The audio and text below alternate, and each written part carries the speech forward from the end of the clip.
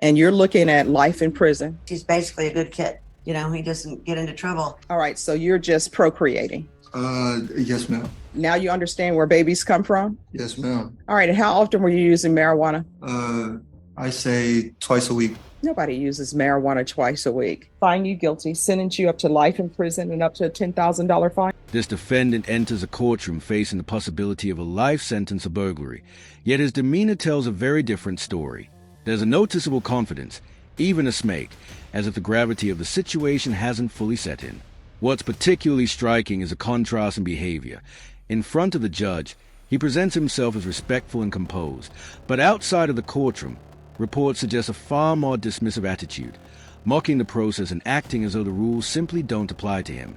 Adding to the concern, he also has a pending DWI charge, though today's focus remains solely on the burglary case, an offense he was allegedly boasting about prior to this hearing.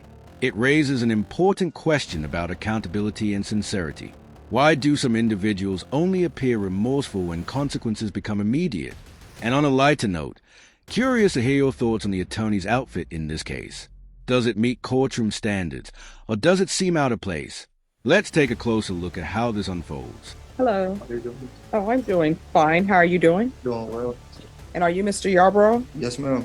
All right, you entered a plea of burglary of a habitation with intent to commit felony force. According to the plea bargain agreement, punishment is to be assessed at 5 years in the prison. There's a $1,500 fine. State is silent on your application, and this will run concurrent with 696403. Have both parties had a chance to review the PSI report, State? Yes, Judge. Defense? Yes, Judge. Any objections to the PSI report, State? Nothing from the state. Defense? All right, Mr. Yarborough, you entered a plea on August 21st of no contest. I've reviewed the stipulations. I'm unsure if it was said on the record, but I believe it was by Judge Angelini. The court is finding that there is sufficient evidence to find you guilty. Anything you wish to say on behalf of your client? Judge, I believe the PSI speaks for itself. It speaks to the love that his family has for this. I have had many conversations with Mr. Yarborough about him needing to, that you're going to want an explanation for what was he thinking that day, because he's basically a good kid. He doesn't get into trouble, and he's been taking full responsibility for all of his actions. And I think he's a great candidate for deferred adjudication probation on this, especially when the complainant forgives him, doesn't want him, is fine with him getting probation, and kind of wants them back in their lives, although there isn't no contact with her. She doesn't have the child. She's the grandmother. So he said it's okay if you keep that no contact while he's on the deferred. All right. Can you raise your right hand? Do you solemnly swear or affirm the testimony you give will be the truth and nothing but the truth, so help you God? Yes, ma'am. You can lower your hand, state your name for the record. D. Donna Yarborough. All right. So before I begin asking you questions, Yes, ma'am. I want to tell you something right here now. Whenever my brothers were late for their curfew that my mom set down, you know what they would always try to tell her? I don't belong in a gang. I haven't committed any crimes. I don't do any drugs. So don't give me that, all right? Yes, ma'am. Because people who are obeying the law shouldn't be doing any of that. Yes, ma'am. So how old is your daughter? She's just turned 3 in July 17th. All right. So, Yes, ma'am. And I have another one on the way due in November. Next week will be the mother of my child's 8th month. all right. And is this the mother of the other child as well? No, ma'am. All right. So you're just procreating. Yes, ma'am. All right. And you understand where babies come from? Yes, ma'am. And if you can't support your children, you should not be having a lot of children. You understand? Yes, ma'am. All right. So why were you smoking marijuana? Coping mechanism. All right. So it is very bad for a child to come to their grandmother's house smelling like marijuana. Yes, ma'am. So do you think it's appropriate for your children to smoke marijuana? No, ma'am. Not at all. Well, that's what you did with your baby. Because if you're smoking marijuana around them, which obviously you were, because otherwise the baby wouldn't smell like marijuana, the baby's clothes wouldn't smell like marijuana, we would not be here. Yes, ma'am. And you understand that the grandmother loves her grandchild Yes, ma'am.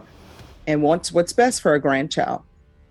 Yes, ma'am. Wouldn't do anything to hurt her grandchild. Most definitely. Yes, ma'am. You've been doing things to hurt your grandchild. To hurt your child. You understand that? Yes, ma'am.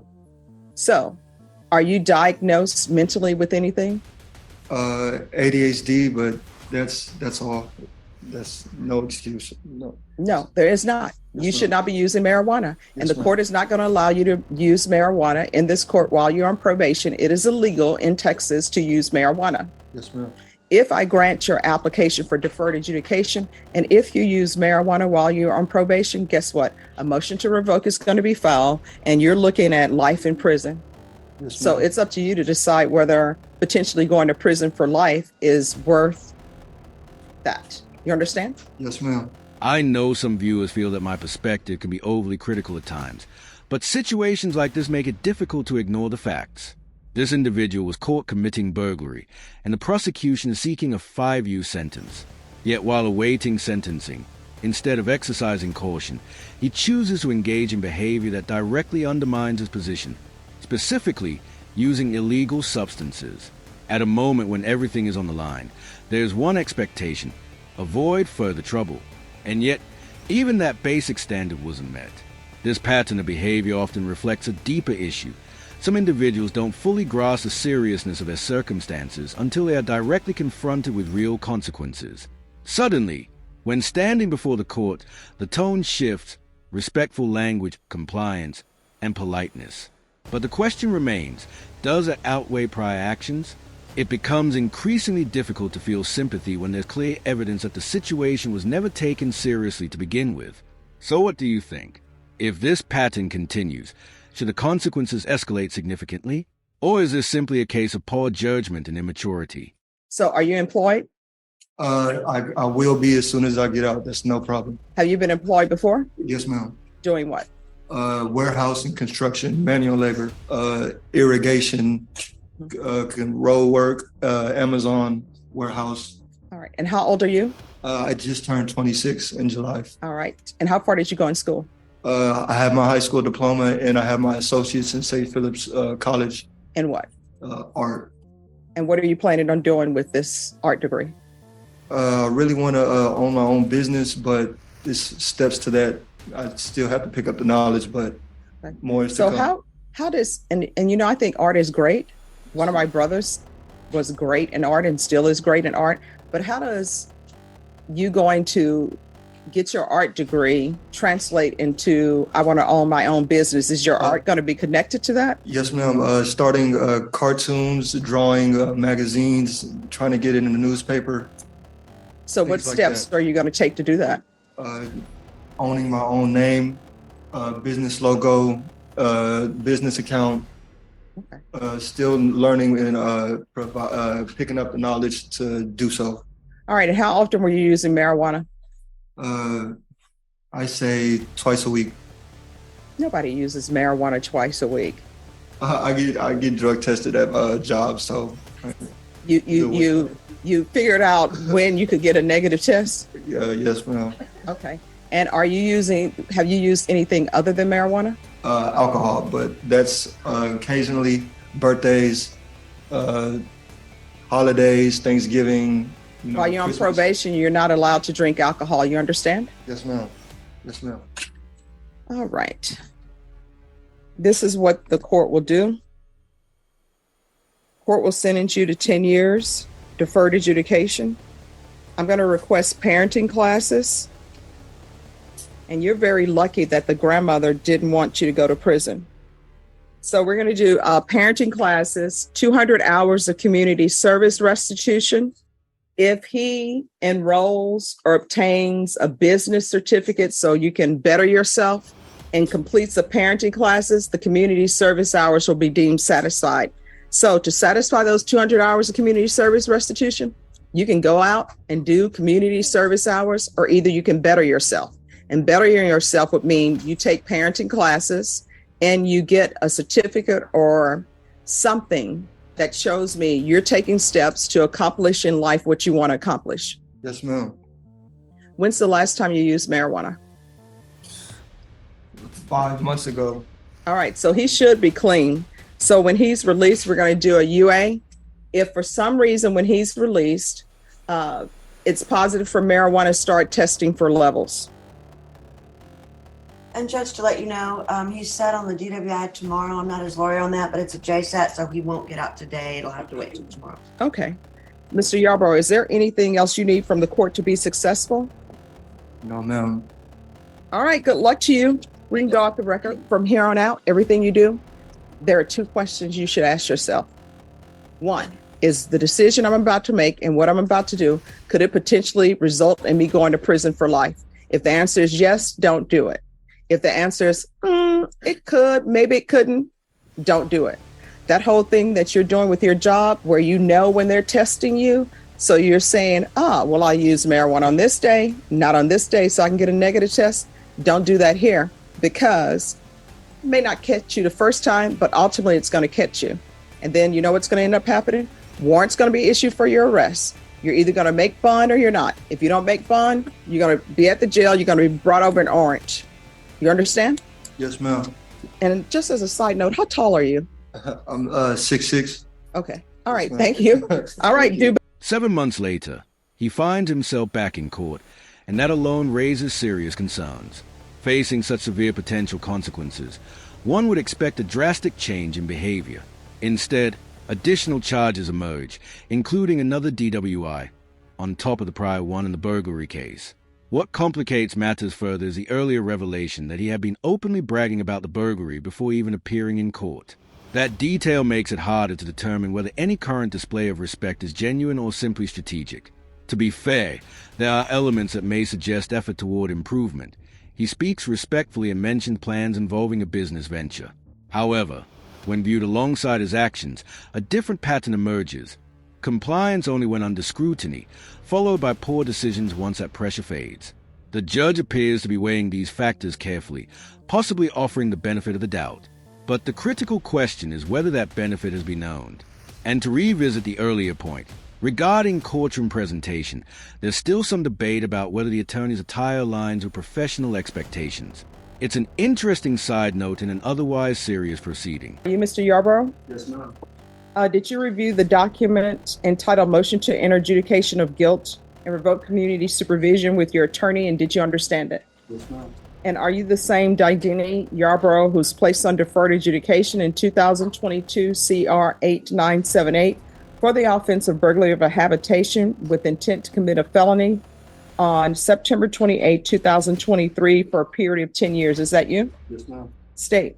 Violated condition number 1 on or about the third day of November 2023 in Bexar County, Texas. The defendant, Didini Shifwan Yarborough, committed the offense of driving while intoxicated in violation of condition number 1. How do you plead to that? True or not true? True. Your Honor, state waives all of the violations. Any objection? Objection, Your Honor. Did you understand by pleading true to violation of condition number 1, the court could find it true, grant the motion, find you guilty, sentence you up to life in prison and up to a $10,000 fine? Yes, ma'am. Knowing that, do you still wish to plead true to violation of condition number 1? Yes, ma'am. Court will find violation of condition number 1 true. Is there a proposed agreement? Yes, Your Honor, it's the moral recognition therapy, bi-weekly reporting, and 90 days of random meetings. That's the agreement, Your Honor. All right, what is happening with the DWI? Judge, the first appearance is on the 14th of May. I had an incomplete discovery in that case. I'm appointed to that case. Okay. All right, can you raise your right hand for me, please? Do you solemnly swear or affirm the testimony you give will be the truth and nothing but the truth, so help you God? Yes, ma'am. All right, you can lower your hand. State your name for the record. Didani Yarborough. All right, what have you done since you've been on probation? My business certificate, I'm now a student for SEC, San Antonio College. I have my student ID. I took my TSA, and all I have to do is sign up for classes. Okay. All right, that's good. Yes, ma'am. So here's the thing. There are other things that you need to start working on too, Yes, ma'am. like your parenting classes. Yes, ma'am. Like, I'm not, you've already pled true to the DWI, so that means that you were drinking. You're not allowed to drink on probation. I think I tell everybody that, or at least a majority of the people, when they're before me on a specific case. Doesn't matter if you're drinking in your house. Doesn't matter if you're drinking in your backyard. Everybody who's on probation, you're not allowed to drink alcohol. Yes, ma'am. So do you realize by drinking alcohol, you're basically saying, oh, I'm okay with doing life in prison. I'll take this drink of alcohol. Do you understand? You're going to have to grow up and realize can't drink alcohol, can't smoke marijuana, can't do any of this on probation. That's what being on probation is. You don't have the same rights and privileges that other people have. You understand? You have a contract with this court. I know you have an agreement with the state. Probation has given me their recommendation, but it's really up to me. So even though they've agreed that you be continued, I could revoke you and send you to prison right now for life. You understand? At this stage, it becomes difficult to ignore the repeated warnings that were clearly given. 7 months earlier, Judge Boyd explicitly stated that any further violations, specifically involving alcohol or substance use while on probation, could result in a life sentence. The message was direct and unambiguous. Despite that, the defendant once again engaged in the very behavior he was warned against, including drinking and driving. It raises a critical issue. When clear boundaries are set but not enforced, what message does that send? There's a noticeable shift here. The judge appears less inclined to revisit the severity of the earlier warning. Instead, the outcome leans toward continued probation rather than immediate, harsher consequences. This creates a broader concern about consistency within the system. When severe consequences are emphasized but not ultimately applied after violations, it risks diminishing their impact over time. That inconsistency can affect how seriously such warnings are taken. So the question becomes, did this outcome reinforce accountability or unintentionally signal that there is still room for repeated mistakes? Do not come back here for this nonsense. We're always here in the 187 to help people if they need help with drug or alcohol or whatever, or you have some issues. Pick up the phone, call probation, and we'll see what we can do. But you are not allowed to drink. Do you understand? Yes, ma'am, I do. From here on out, everything that you do, you need to ask yourself, could this potentially result in me going to prison for life? If the answer is yes, don't do it. If the answer is maybe, don't do it. If it's like, I don't know, pick up the phone, call probation. You understand? Yes, ma'am, I do. All right, this is what the court is going to do. Court is finding violation of condition number 1 true. Are you employed? Yes, ma'am. All right. Is there any other issue with him other than this alcohol? Don't report. You could go to prison. You understand? Yes, ma'am, I do. So this is what the court is going to do. The court is finding number 1 true. The court will deny the motion. The court is going to alter and amend conditions to include the following. There's to be 90 sober meetings in 90 days. There's you to report to probation. One time, probation is one time every 2 weeks too much for you all? All right, you're going to report to probation one time every 2 weeks for 60 days. If you miss reporting, they're going to file a motion to revoke. Do you understand? Yes, ma'am. Now, the MRT, that's to help you make better decisions. Do you need help on how to make better decisions? All right. If you do, let me know. We'll give you something. Yes, ma'am. All right. So, and the MRT probation, is there anything else? Is there anything else you need from the court to be successful? All right. That's the court's ruling. We can go off the record, make better decisions. Otherwise, you may find yourself at the prison. Yes, ma'am. And when you go to prison, people will ask you, what are you here for? And you're going to say, well, I drank alcohol or I didn't report to probation. All right. Yes, ma'am. And to be clear, this isn't about being unnecessarily harsh. It's about evaluating actions against outcomes. While the defendant presents himself respectfully in court, his behavior outside of it tells a different story. There's a strong argument to be made that this is less about genuine reform and more about navigating the system to avoid consequences. He was explicitly warned about the stakes. He understood the potential outcome, and yet he returned to court for the very behavior that could have escalated his situation significantly. At some point, accountability has to move beyond warnings. When life-altering consequences are introduced as a possibility, failing to follow through after repeated violations can weaken the credibility of those warnings. In my view, a short custodial sentence may have served as a more effective wake-up call, something concrete enough to reinforce the seriousness of the situation. Instead, the continuation of probation may unintentionally suggest that compliance in court is enough to offset repeated misconduct. But what's your perspective? Was the judge too lenient in this case, or was granting another opportunity the right decision? Thank you for watching. I truly appreciate your time and engagement. If you found this breakdown insightful, feel free to support the channel. I share daily content just like this. Take care, and I'll see you in the next one.